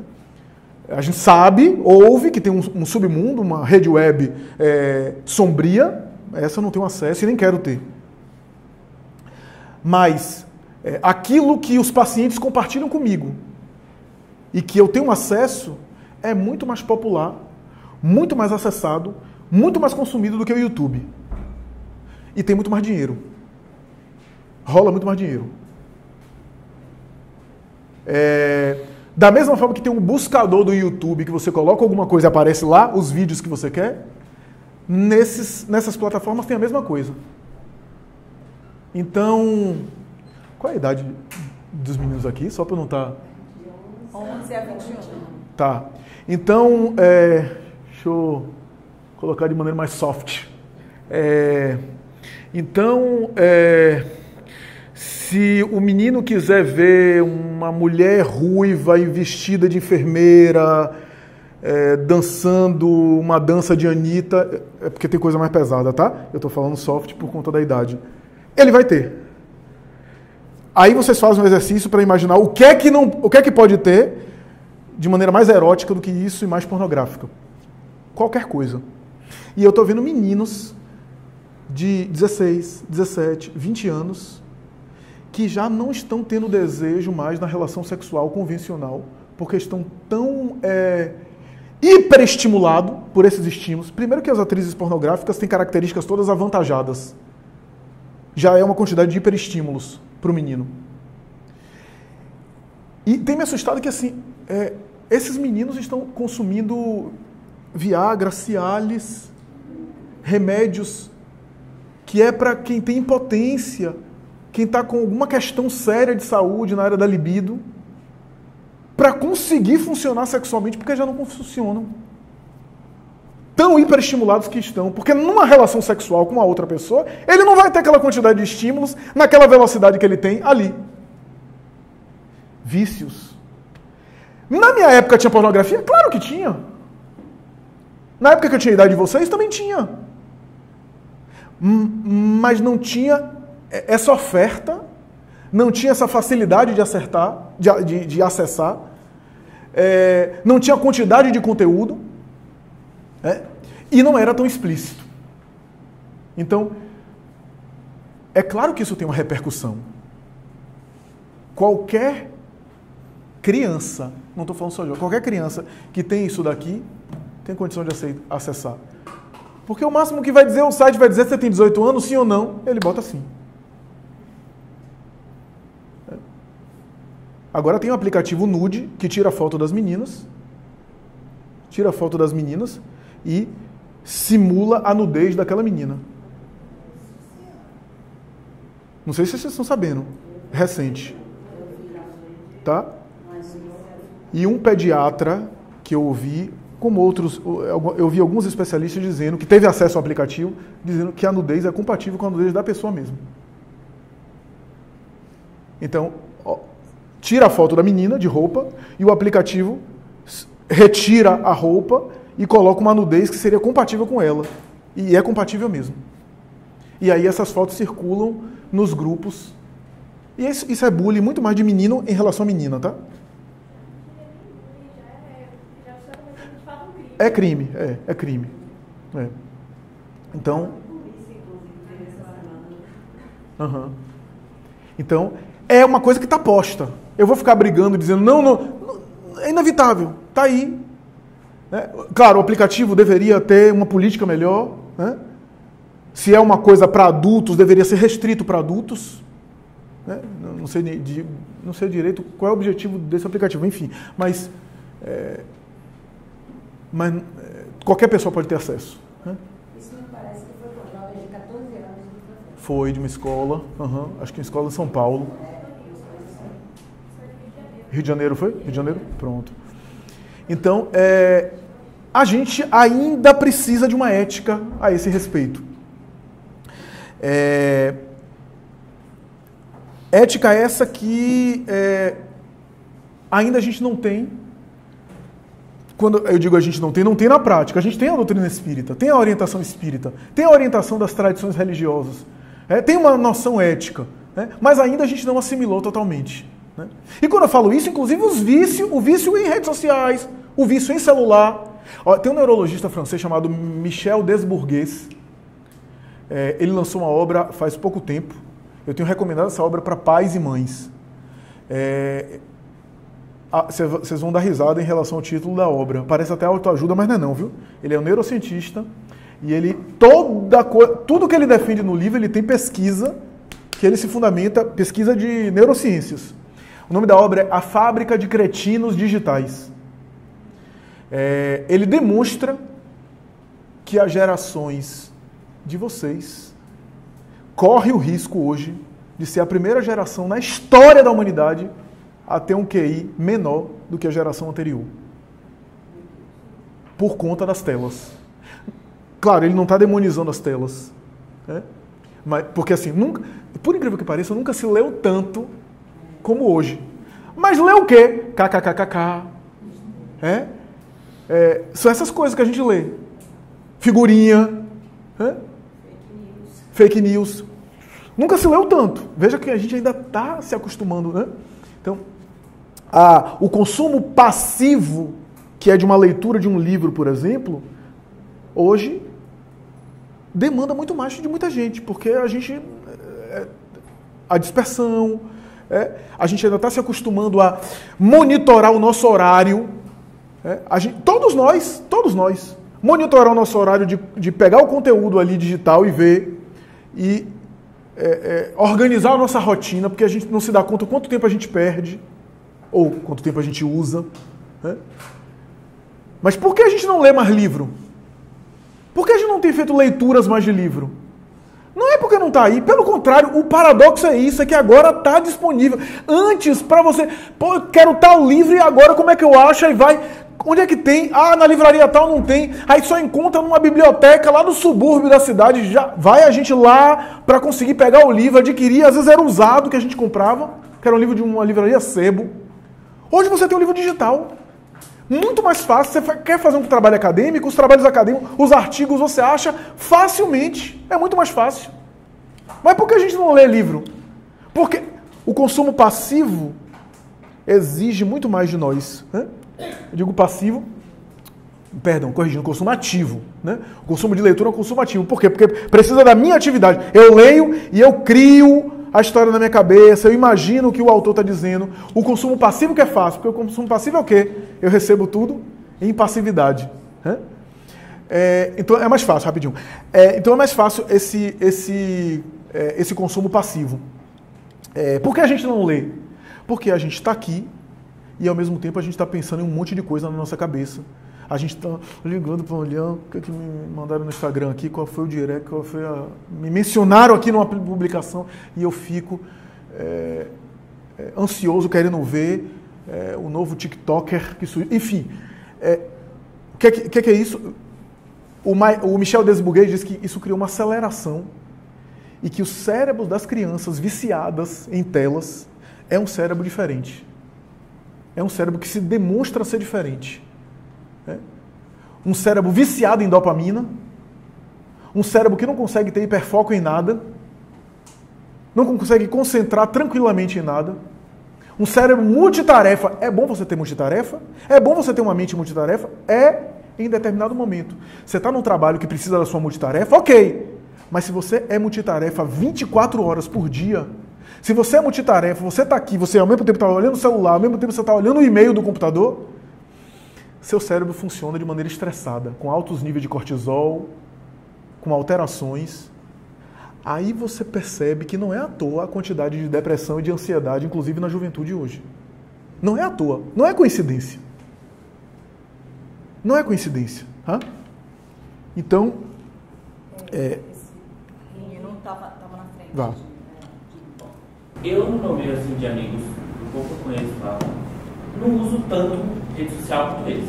Aí, fui procurar saber quanto tempo eu tenho na minha conta do TikTok, eu tenho desde o mês de 2022 até hoje. Quando eu fui ver, 35 dias de uso. Não contínuo, as horas. São mais de 35 dias. Imagina, meu Deus. Imagine. Eu acho que vale a pena fazer esse experimento que ele fez, né? Colocar o recurso de contabilizar para ver o quanto tempo. A gente se assusta. A gente se assusta a quantidade de... Uma outra coisa importante, legal, dilema das redes sociais, né? Aquele documentário. Desabilitar notificações. Desabilitar tudo, né? É uma forma de você não ser bombardeado. Porque senão fica bombardeando você o tempo todo. O tempo todo você vai olhar. Duda estava na frente. Perdão. O que você falou da exposição às telas fez lembrar que, recentemente, não lembro exatamente quando, mas ainda foi esse ano, países que tinham adotado exclusivamente o uso de aparelhos tecnológicos, tablets, computadores, para focar que os estudantes tivessem só o material acadêmico, já estão voltando atrás das suas decisões porque estão percebendo que o nível de aprendizagem está muito mais inferior do que eles tinham previsto comparado com os anos que só utilizavam os livros. Olha só, interessante. Neurologicamente, a escrita à mão é diferente da escrita digital. Por exemplo, trabalhos na minha área de psicoterapia, a gente sugere fazer à mão. Trabalhos, por exemplo, de avaliação de si mesmo. Tem um trabalho chamado o exercício de gratidão ativa. Qual é a gratidão ativa? É o exercício de você... É um exercício, inclusive, de neurociências. É você tentar elencar, tentar enumerar as coisas boas na sua vida que você, às vezes, nem lembra, né, do dia a dia e que são muito importantes e que, sem elas, você ia sofrer bastante. E colocar tudo no papel. A recomendação que se tem é não faça isso digitalmente, na sua notas no celular. Faça isso à mão. Porque neurologicamente tem um impacto emocional diferente. Tem testes também de revitalização profissionais, né? Que você faz e que são também um psicólogo que analisa para ver se você tem um perfil adequado para aquela função que estão contratando. Continua sendo à mão isso. Perfeito. Porque a escrita, no caso aí da avaliação psicológica, a escrita denuncia no bom sentido, né? Coloca um pouco do nosso estado psíquico, né? Alguém que, por exemplo, esteja embriagado vai escrever de maneira diferente. Dá para notar que escreve de maneira diferente de alguém que não esteja. Sei lá, o traço, né? Alguém que está muito irritado, o traço é mais agressivo. Né?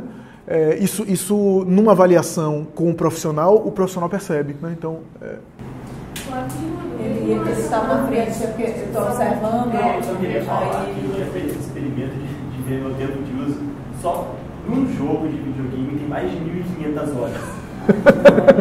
Um jogo, aí tem vários outros que eu jogo, então acaba que tem que melhorar mais essa parte. Eu acho que todos nós estamos aprendendo. Todos nós, né, estamos aprendendo. E assim, claro, os jogos de videogame hoje também são jogos que tem um hiperestímulo, né? Mas se você comparar com a ansiedade da interação das redes sociais, e quando eu falo isso, a interação pobre das redes sociais, muitas vezes um jogo de videogame que entretém é menos danoso do que essa ansiedade de manda resposta, ou então publica e fica aguardando se curtir. Eu tenho um paciente que está deprimido porque as publicações dele não têm as curtidas que ele desejaria. Né? E ele está cada vez mais deprimido por conta disso.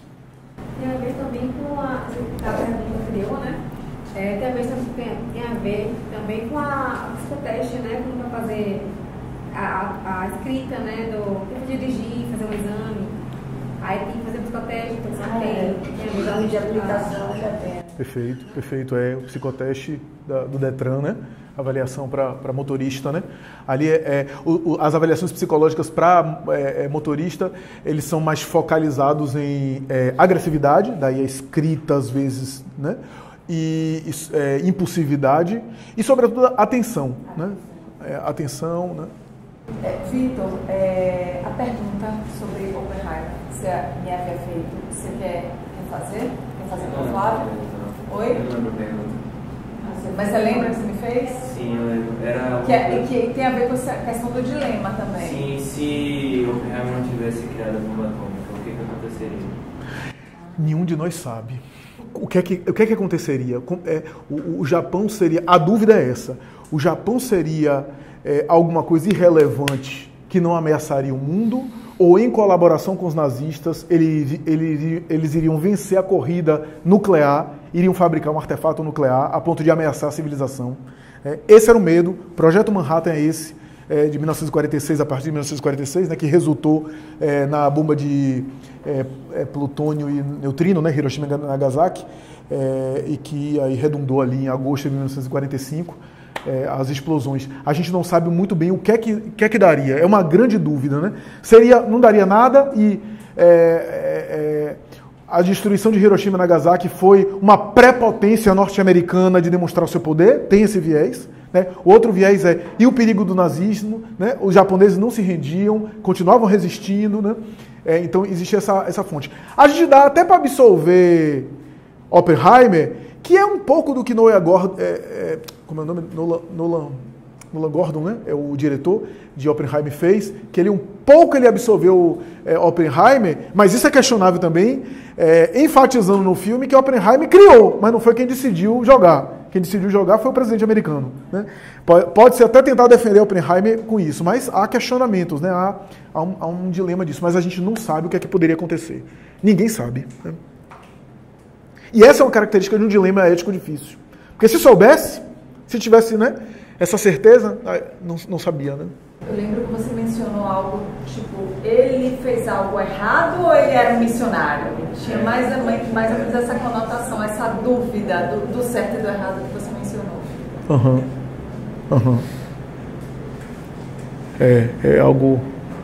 É algo bastante difícil. Então, assim, todos nós estamos demandando uma comunicação não violenta, que é uma coisa da doutrina espírita, né?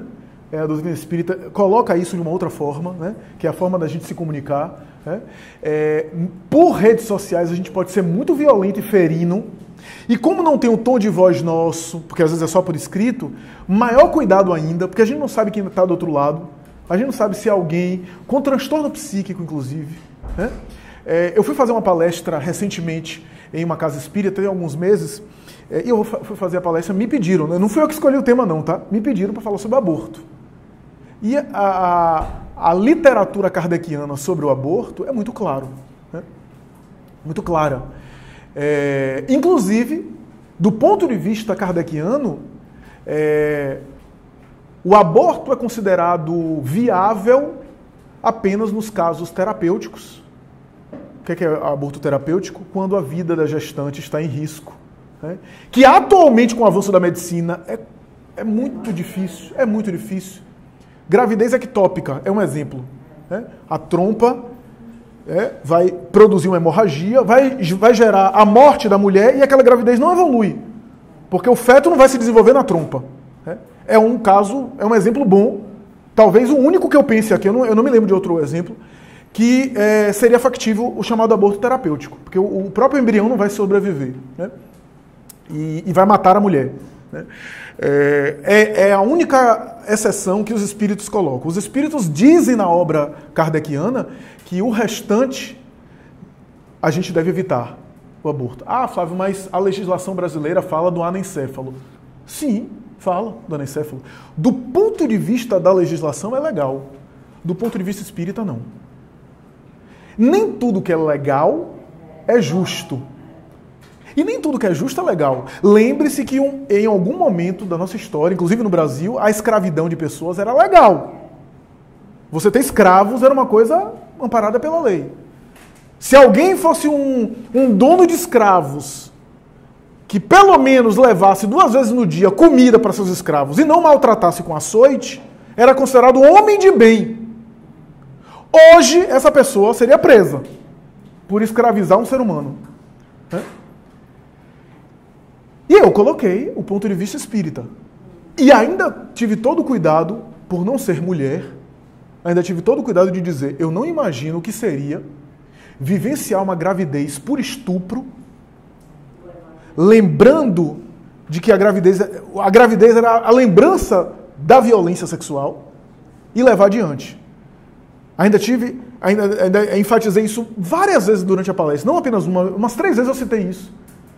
Mas eu não posso ensinar errado. Eu não posso dizer que o Espiritismo ensina diferente. Eu tinha que reproduzir aquilo que a doutrina espírita coloca.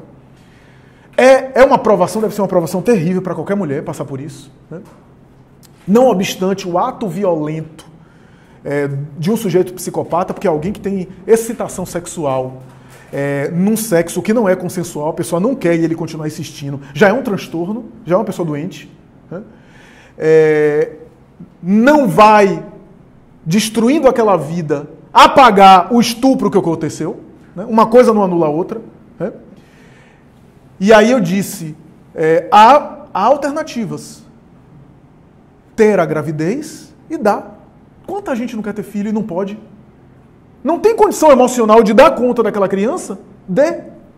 Recentemente teve uma atriz bem jovem que fez isso. Divulgaram até nas redes sociais contra, ela nem sabia, uma enfermeira parece do hospital, que sem autorização nenhuma divulgou nas redes. A menina, acho que tinha 21 anos, foi estuprada, levou a gestação até o fim, acertou tudo com um serviço aí de adoção, para quando assim que a criança nasceu, foi dada para a adoção.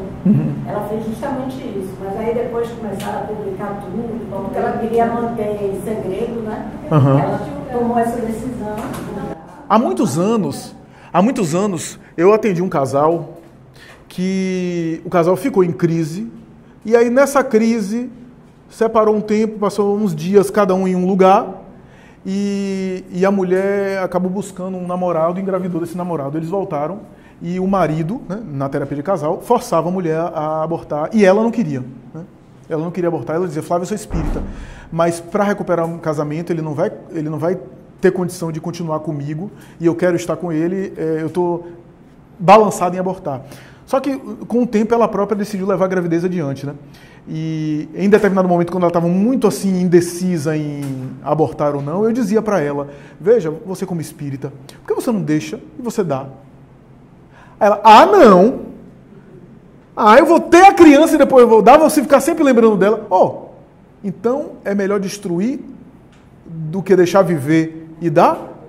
Agora a questão também, Flávio, de você entregar a criança para adoção, tem que ser muito bem entendido, porque tem gente que acha que seria um crime você simplesmente recusar a criança. Uma coisa é você deixar a criança numa lata de lixo, aí é crime. Sim. Outra coisa é você dar a criança à adoção. Isso assim, legal. Sim. Tem vários desdobramentos, né, dessa temática. Isso porque realmente é o direito da mulher, já que o aborto é crime, e ela levar né, a gravidez até o fim, e ela, por vários momentos, vários castigos, ela não pode ser mãe, né?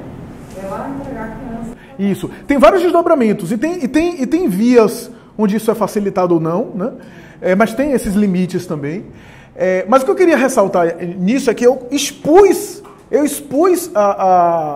citando os autores espíritas, citando a obra de Kardec, expus numa casa espírita aqui conhecida, a pedido da casa, eu expus o pensamento espírita, não emiti nenhuma opinião pessoal minha, né? E a quantidade de ataques que eu recebi no canal espírita, essa palestra está gravada, se quiserem depois vejam lá. Eu recebi cerca de 66 comentários agressivos. Você é um cretino, você é uma escória, você é homem, não sabe o que é ser estuprada e ficar grávida. Eu respondi a todos os ataques. Obrigado pelo seu comentário, agradeço sua opinião, muito valiosa. Nós pensamos diferente. Leia a questão 386, a questão tal do Livro dos Espíritos, porque foi lá que explicou. Eu apenas reproduzi. Eu não posso reproduzir uma coisa que não é o pensamento espírita. Esse é o pensamento espírita. Você pode até discordar. Você pode até dizer, não, eu sou espírita, mas discordo dessa parte. O espiritismo não é uma doutrina dogmática. Não é uma religião que diz assim, isso você tem que aceitar. Tem pontos do espiritismo que você pode ser espírita e questionar aquilo, porque é uma doutrina de livre pensamento, de liberdade de consciência. Né? Mas é isso que os espíritos ensinam. Eu precisava reproduzir aquilo. Né? Como é que você... foi uma quantidade imensa. E eu respondi a todos tranquilamente.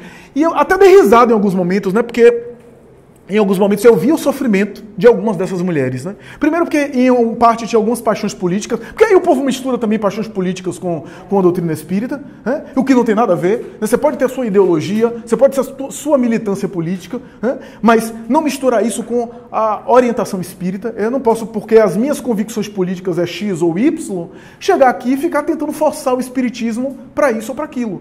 Eu tenho que ter o bom senso. Nem política partidária. Oh, delícia, como isso aconteceu na pandemia, hein? Oradores espíritas defendendo o candidato A ou B, dos dois lados. Eu vi dos dois lados. Para não dizer que eu estou só criticando um campo. Dos dois lados eu vi oradores espíritas na palestra espírita, votem tal, votem qual, enfim. Mesmo política ideológica, né? Levantar a bandeira Y, a bandeira X, né? O espiritismo tem a sua política, aspas, e a política do espiritismo é o melhoramento moral, né? Não impede de você ter as suas convicções, ter as suas identificações políticas, e até militar politicamente como cidadão, né? Não tem nada demais. E aí misturaram paixões políticas com aquilo, misturaram utopias ideológicas, e era interessante porque, assim, em alguns casos eu vi o sofrimento dessas mulheres, né?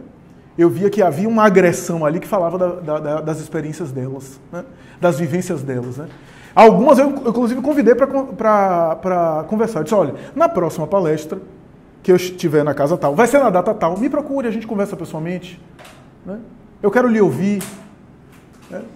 Foram para a direção da casa. Como é que vocês deixam o palestrante falar dessa forma, e não sei o que lá, e o lugar de fala, e não sei o que lá. Eu costumo dizer, veja só, se o lugar de fala fosse absoluto, você quando tiver um câncer, você tem que se tratar com alguém que teve câncer. Não vá para o médico, não, porque o médico nunca teve câncer, ele não tem lugar de fala.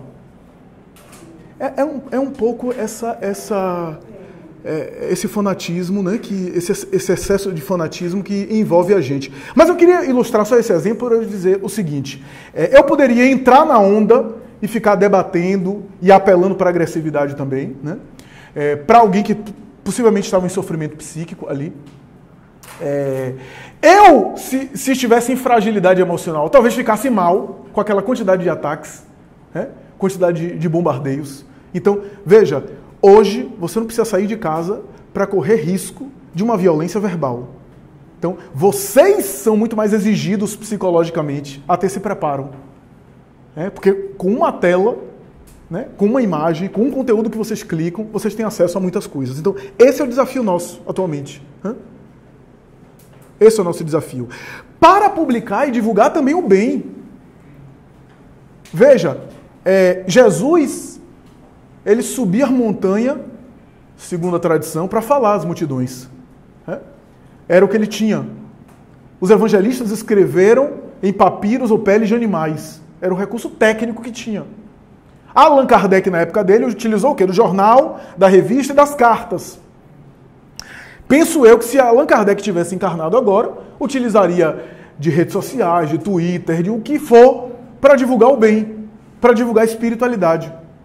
Então, também a possibilidade de divulgar a espiritualidade, o bem, divulgar coisas boas, você também tem, nós temos também. Há uma mensagem nos evangelhos que diz que quando os heróis se calarem, as pedras falarão. Essa profecia está muito associada a pedra, o que? Pedra era o símbolo do túmulo, pedra. Os mortos falariam através do quê? Dos fenômenos materiais, mesas girantes, etc., mas também a gente pode pensar, conforme a mensagem também do Evangelho que diz assim, o reino dos céus um dia seria ensinado pelos telhados das casas. Né? A mensagem do reino dos céus chegaria pelos telhados das casas. E chega mesmo, né? Pelas ondas de internet, chega pelas antenas, pelo sinal Wi-Fi, chega nas casas, né? A mensagem do reino dos céus. Né?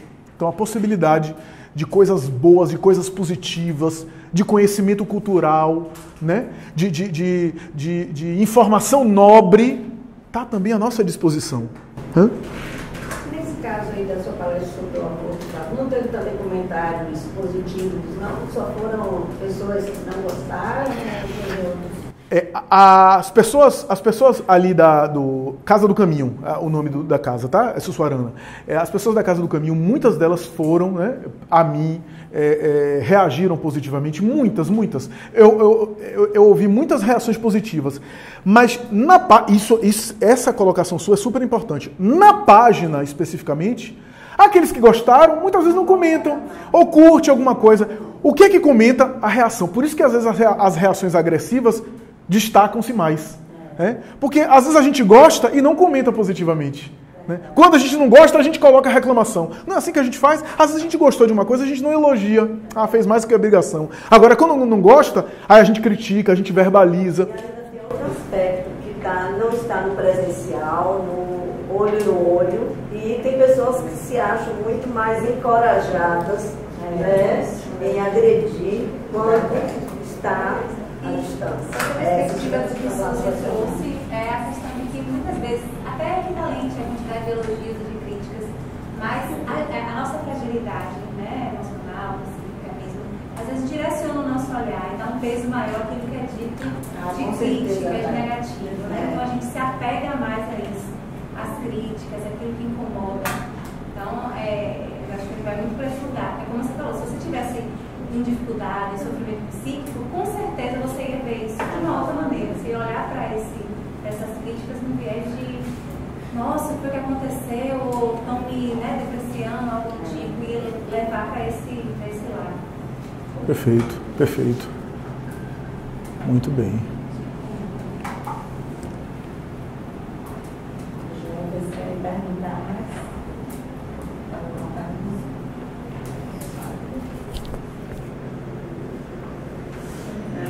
Você falou do Oppenheimer ser um missionário ou ser um líder, pessoas como o Adolf Hitler ou o Mao Tse-tung, ou essas pessoas que mataram milhões e milhões de pessoas, eles seriam como se missionários, algo assim? Geralmente, me lembra teu nome? Lucas. Geralmente, Lucas, a gente não usa a expressão missionários do mal, porque geralmente dá até para ser utilizado se a gente se entender, né? Entender o sentido da palavra, mas geralmente a gente usa missionários como alguém, um espírito que vem com um determinado tipo de tarefa que fomenta o progresso, né? Que fomenta o desenvolvimento, que fomenta o bem, né? Que traz alguma contribuição positiva.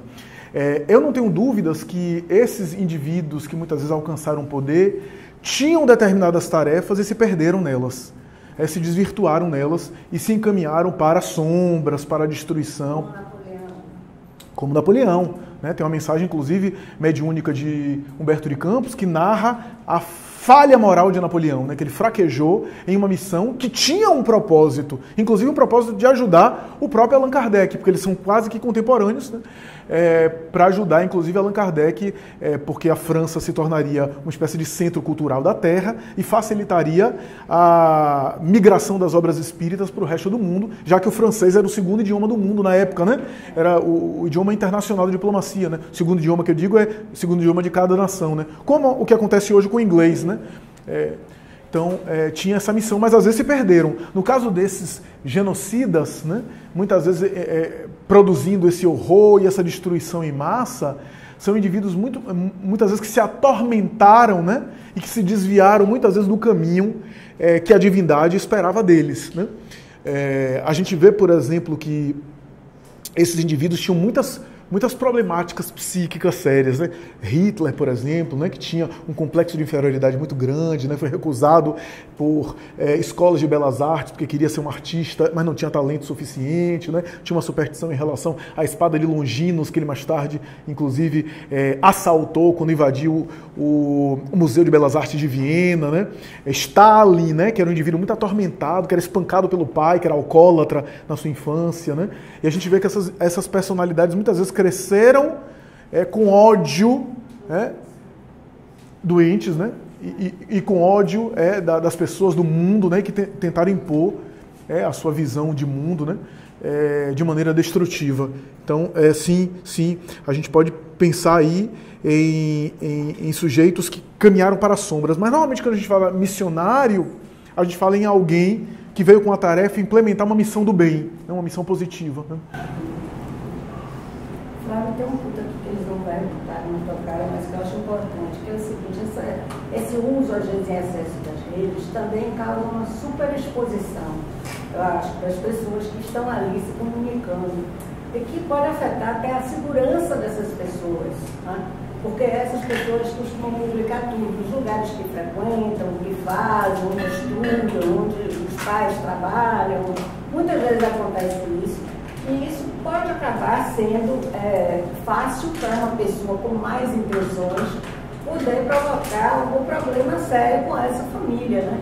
Uhum. Eu queria saber se vocês pensam nisso quando vocês estão fazendo suas publicações aí, se vocês sentem essa coisa da insegurança ou se vocês estão tranquilos em publicar. Eu publico no meu Instagram. Eu quase não publico nada. Essa pontuação é interessante porque assim, não é condenável, criticável você estar em algum lugar e querer compartilhar um momento de alegria, mas talvez tenha cuidado com a localização, né? Com mencionar de maneira muito precisa onde é que você está, porque de fato criminosos se aproveitam disso. Se aproveitam disso. Esse ano tiveram 2 ou 3 casos de empresários, pessoas famosas, que publicaram exatamente no momento que estavam no tal restaurante e foram assassinados. Olha só, tá vendo? Tá vendo? A questão de você ter a rede social aberta para causar aquele impacto, né? Não sei quantos seguidores, você está aí usando a rede social, colocando sua vida pessoal, onde está, e de repente há realmente uma super exposição. Você fica em evidência ali. E assim, cautela você usar a sua rede social para a sua vida social privada, quer dizer, falando assim, né? Porque existe realmente esse risco de você estar se super expondo e todo esse, né, problemas que pode advir, né? Sim, sim. É isso. Toda evidência, toda vez que a gente fica em evidência, a gente tem um preço a pagar por essa evidência. Positivas e negativas, né? Você que está controlando aí, ela... Agora eu me perdi, me ajuda. Vai lá, Vitória. Eu trabalho com as redes sociais e essa questão da preocupação, principalmente de lugares, eu tenho bastante, apesar de que primeiro eu vivo e depois eu posto, mas mesmo assim é preocupante colocar a localização onde você está, o que você está fazendo, com quem você está, as pessoas da sua família, o local da vida. É muito delicado. Não se expor tanto. Ter algum mecanismo de cuidado, né, para evitar. Como é que o senhor, como psicólogo e tal, sugere para a gente regular nossos níveis, você falou da nossa dopamina, hiperestimulada e nossos hormônios todos desregulados? Como é que o senhor sugere para a gente parar de ter esses vícios nessas redes sociais, igual você está falando? Um dos desafios mais difíceis, Lucas, é conseguir estabelecer uma quantidade de horas razoável. Sempre todos nós acabamos esticando demais a corda e ultrapassando esse limite. E aí, no caso do jovem, a tendência é esticar mais. Porque o adulto, ele tem, até neurologicamente a gente pode explicar, né, os sistemas de controle e de freio já estão mais solidificados, né? O jovem tende a ser mais impulsivo, né? Para o bem, para o lado positivo, porque às vezes desbrava, mas para o lado negativo. Tanto é uma coisa interessante aqui, que quem for do direito penal aqui sabe disso. Os estudiosos de criminologia percebem que muitas vezes crimes muito hediondos com requintes de crueldade são feitos por jovens. São feitos por jovens. Né? Por quê? O que se especula na área é o seguinte, o jovem muitas vezes ainda não tem família, né? Não tem muitos vínculos, como o adulto que já tem mais vínculos, já pensa 2 vezes. Então, na hora de cometer um crime, muitas vezes ele é colocado à frente também pelo bando de criminosos. E aí ele não tem limite, como ele é mais impetuoso, então aqueles crimes hediondos com requinte de crueldade muitas vezes são feitos por jovem. É como um amigo meu me diz, né? Flávio, antes de ser pai de família, eu era valente. Agora eu fiquei medroso. Agora eu tenho... Antes eu enfrentava, fazia, acontecia. Agora, com medo de perder meu emprego, com medo de qualquer coisa, eu penso duas vezes. É mais ou menos isso, né? O indivíduo tem mais vínculos, tem mais laços, né? Então, primeira coisa, regular esses horários, que para o jovem é mais difícil. Para todos nós é difícil, mas porque é atraente mesmo, né? É um mundo infinito que a gente está na palma das mãos, mas conseguir regular, especialmente regular no sentido de não afetar o sono. Se é uma coisa na minha área que é importante prestar atenção, é o seguinte: se o sono está sendo afetado, você já está com problema. Você já tem problema. A tela, e não é a mesma coisa da televisão, tá? Não é a mesma coisa da televisão. Por conta da distância, a televisão está lá, a tela está aqui. A tela, mesmo você colocando Night Shift, ou sei lá qual é o recurso do Android, você amarela ou coloca mais a cor mais quente na tela, mesmo assim, existe a luz azul que está diminuindo a sua produção de melatonina. Por isso que você está vendo o boom de melatonina nas farmácias, tá? Porque Michel Desbourgues, no livro que eu citei, ele explica isso. A luz da tela vai matando a melatonina, que é o hormônio associado ao sono, né? O hormônio dos ciclos biológicos. Então, por isso, você vê meninos e meninas de 16, 17 anos com insônia, com problema de dormir, porque essa luz... Então, assim, para de noite, a partir das 18 horas, tome mais cuidado nesse manejo. Não é você não pode pegar nunca, não é isso. Mas tenha esse manejo. Da mesma forma que o café passa 5 horas no seu organismo, e se você tomou 18 horas e quer dormir cedo, pode ter problema. Mesmo que você durma, mesmo que você pegue... eu durmo, eu tomo café e durmo. Eu também. Mas a cafeína está no seu organismo. Às vezes não é a mesma qualidade de sono. Também a questão do consumo aqui das telas. Se você fica aqui, está matando a sua melatonina, está diminuindo a sua melatonina. O que faz? Regula esse horário, coloca um horário mais distante do horário de sono, para que você tenha uma higiene de sono melhor, você vai dormir mais rápido. Se você tem um horário fixo para acordar, então é aquele horário fixo, o horário fixo de acordar é que vai ditar o horário fixo que você vai dormir. Porque se você acorda muito cedo, você vai sentir sono. Agora, se você hiperestimula na hora que o sono está pegando com isso aqui, você até consegue driblar o sono. Segunda-feira, terça-feira, quarta-feira fazendo isso, uma hora você vai pagar o preço. Ou você vai adoecer, vai começar a ter problema de saúde, ou você vai ficar com aquele estado psíquico transtornado, não está aprendendo nada na escola, não está mais pegando nada, porque aí já são as horas de sono durante a semana acumuladas. Né? Privação.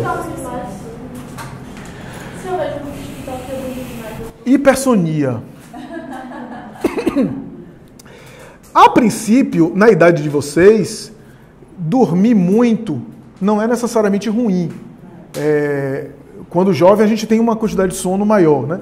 Há que se ver a qualidade do sono, porque às vezes, por conta de hiperestímulo, a qualidade do sono não está muito boa. Então a pessoa dorme 12 horas e acorda cansado, continua acordando cansado.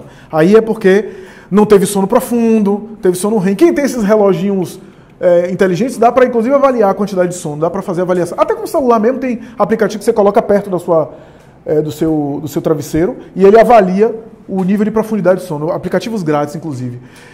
Por conta do barômetro do celular, que vai medir o nível da sua respiração. A depender da respiração profunda, você tem um sono REM, sono profundo ou sono leve, né? Sleep Cycle, Deep Sleep, tem uma série de aplicativos para iOS ou para Android. Mas é importante ver, né, se... Tudo bem, é muito melhor hipersonia do que insônia, muito melhor, sempre é melhor. Né? Claro que tem casos de hipersonia que são sintomas de alguma coisa. Por exemplo, na maioria dos casos, a pessoa que fica deprimida fica com insônia. Mas tem alguns quadros de pessoas deprimidas que ficam com hipersonia. Tá? Ou seja, o sintoma é contrário. É melhor sempre hipersonia do que insônia, mesmo na depressão, do que você ficar privado de sono. Mas há que se avaliar isso. Mas a princípio, jovem assim, dormir muito não é nenhuma tragédia, não é nenhum drama, não. É hormônio, tem mais melatonina no cérebro, né? Porque eu, com o envelhecimento, eu vou produzindo menos melatonina. Né? Então... Então, tipo, suponhamos que eu tenho que acordar às 5 horas da manhã. A que horas que eu teria que ir dormir para conseguir e parar de na tela, para conseguir dormir uma noite de qualidade? Na minha idade, 6, 7 horas. Na sua, de 8 para cima. De 8 para cima. Porque às vezes acontece o seguinte, eu estou dormindo 8, mas na idade dele, às vezes 8 ainda assim está sentindo carência. Né? Então, o ideal é, você acorda às 5h30, 5 horas ou 5h30? 5 horas, dormir 9 horas, 21h30 no máximo. Eu acho que vale a pena fazer esse teste. Isso daqui estimula tanto que, 9 horas está cedo. Mas faça o teste para ver se você se sente melhor. Né? E o corpo também se habitua, né? O corpo se acostuma. Agora, a pediatra do meu filho tem 12 anos. Ela falou que no caso dele, especificamente, de 9 a 10 horas. Fácil crescimento, outra situação. E a gente tem muitos aqui de 11 a 12, né? O hormônio de crescimento atua durante o sono também, né? Eu queria fazer uma pergunta. O que você falou a respeito de Darwin, eu queria fazer uma pergunta. Os germes e seres vivos mais, vamos dizer, de uma evolução mais baixa, eles possuem alma, tipo os vírus, que ainda não foi possível identificar se eles são seres vivos ou não, só quando eles não parecem não ser vivos, eu queria saber se eles têm alma. No item 540 do Livro dos Espíritos, os Espíritos dizem assim a Allan Kardec, e essa é uma resposta emblemática que é muito repetida entre os Espíritas, né? Tudo na natureza se encadeia, do átomo mais elementar ao anjo, que um dia foi átomo. A partir daí, os Espíritos dizem a Allan Kardec o seguinte, que há uma ligação entre todos os reinos da natureza, a ponto de o espírito humano ser o resultado de uma elaboração desse psiquismo que passou por outras formas não racionais.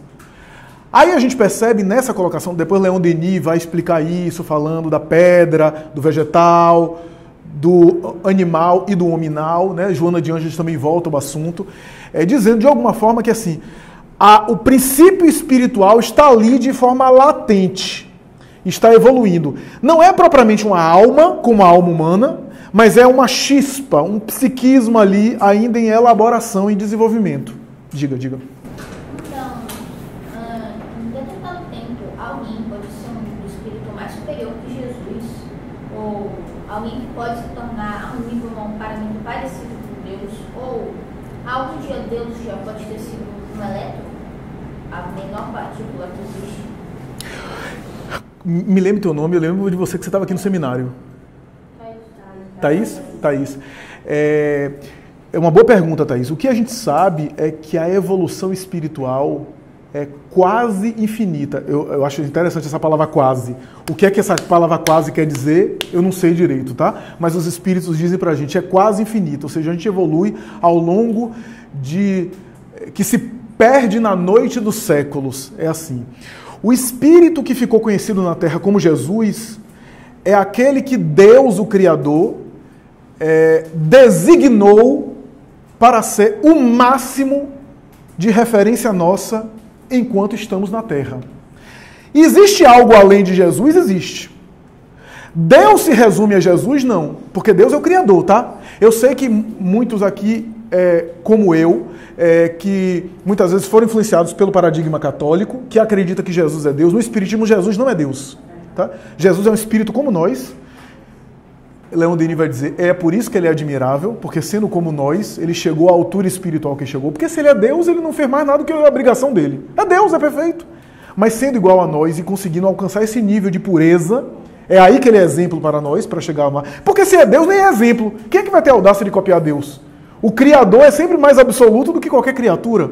Né? E qual é a criatura que vai se igualar ao Criador? Já cai no pecado da arrogância, né? Mas sendo uma criatura como nós, que é o nosso modelo, nossa referência, ele é o máximo que a gente pode alcançar. E Deus se resume a Jesus? Não. Mas tudo aquilo que vai além de Jesus, a gente não consegue ainda abarcar, pelo menos em nosso estado evolutivo. Existem espíritos mais avançados que Jesus? O que a gente sabe, Chico usa a expressão interessante, com o maior potencial criativo do que Jesus. Ele usa assim, um Cristo igual ao nosso Cristo, mas com o maior potencial criativo, né? Nas reuniões de Cristos, né? Mas é uma coisa tão distante de nós, é uma coisa que a gente não consegue ainda alcançar, a ponto de Emmanuel dizer que a nossa distância em relação ao Cristo é maior do que a de um cachorro para nós. Então é um negócio que a gente ainda não consegue mensurar tal a altura espiritual desses espíritos. Deus ser um elétron, aí é mais inviável a gente pensar. Por quê? Porque o Criador não é a sua própria obra.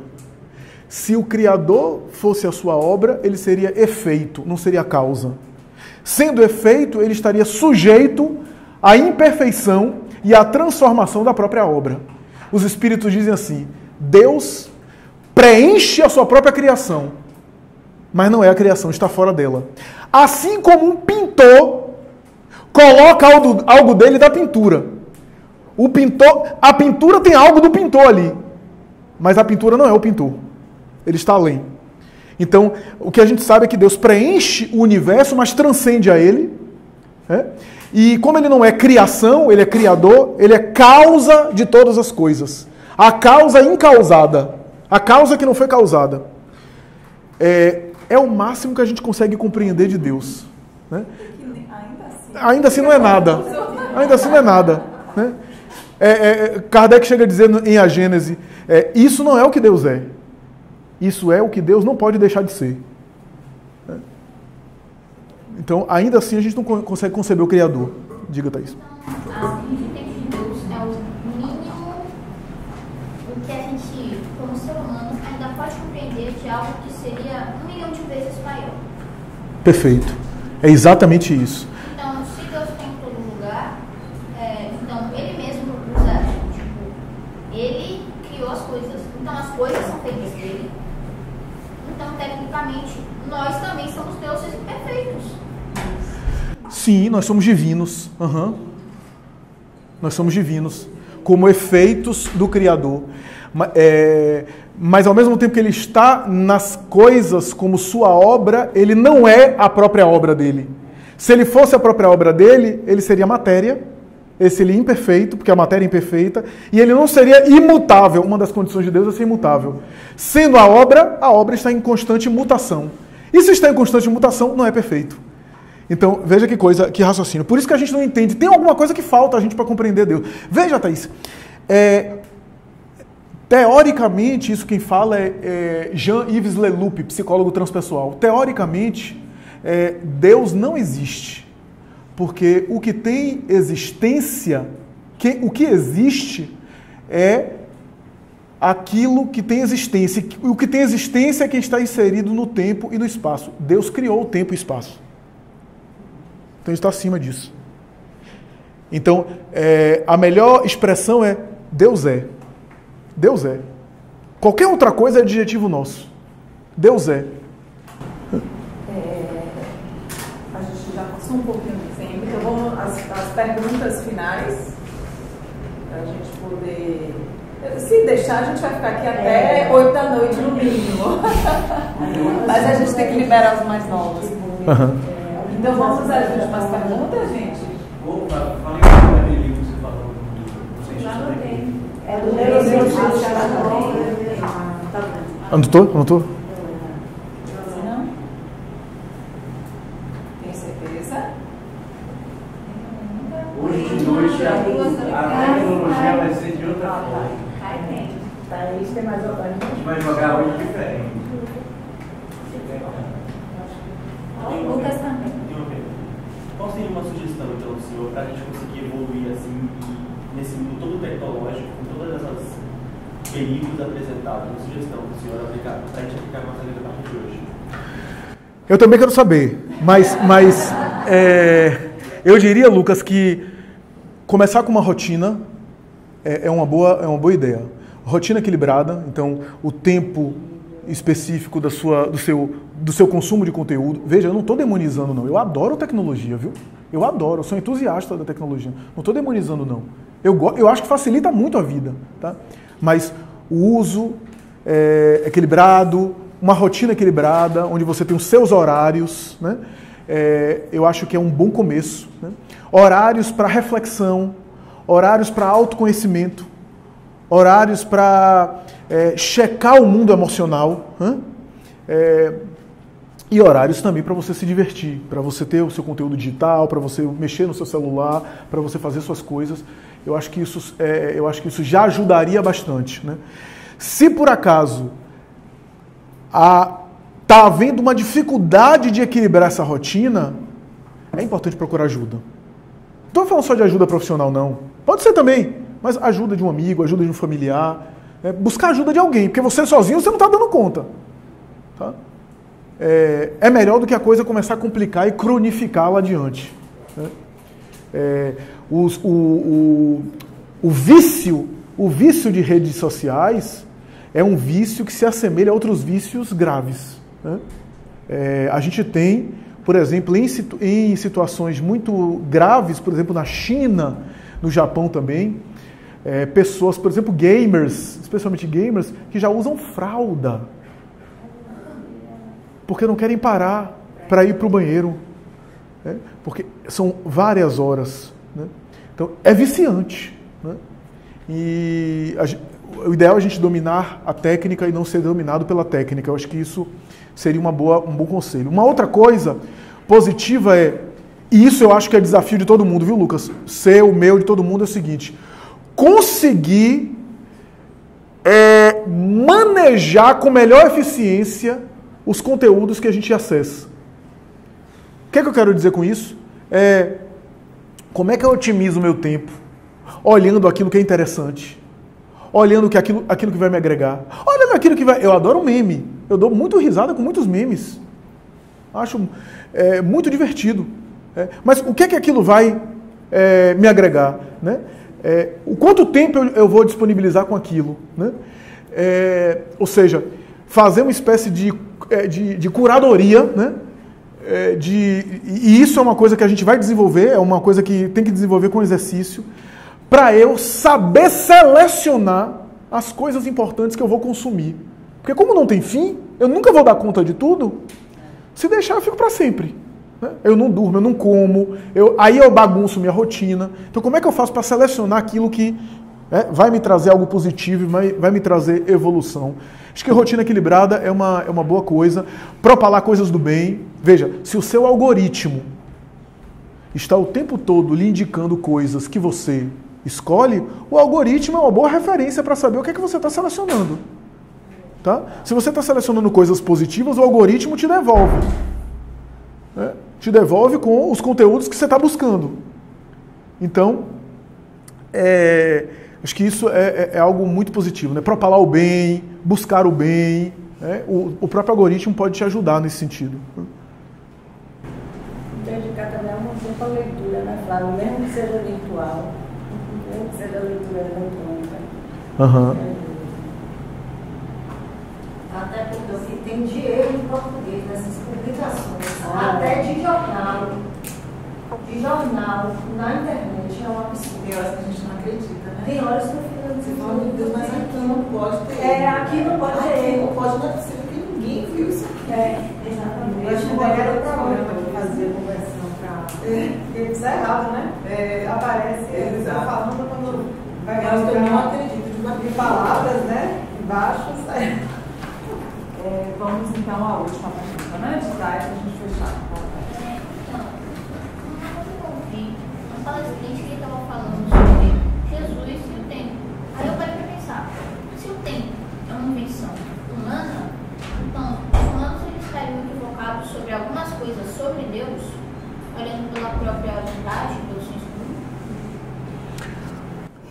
comum? O tempo, Thaís, é uma convenção humana. Na verdade, o tempo tem uma dimensão que é uma convenção humana, se você pensar o tempo do encarnado, que é submetido à rotação e translação, 24 horas, 365 dias, 12 horas dia, 12 horas noite. Então isso, realmente, fomos nós que estabelecemos essa convenção a partir do movimento do Sol, da Terra, né? E assim por diante, da Terra em torno do Sol e assim por diante. Né? Nós temos nessa convenção uma noção para a gente saber o que é passado e o que é futuro, como encarnado. No mundo espiritual, não é que não tenha tempo, tem, mas a dimensão de tempo é uma outra dimensão, é uma dimensão mais psíquica, né? É uma dimensão psicológica que a gente vive um pouco aqui. Quem não sabe o que é tempo psicológico? Quem não sabe o que é uma coisa que, pô, passou tão rápido?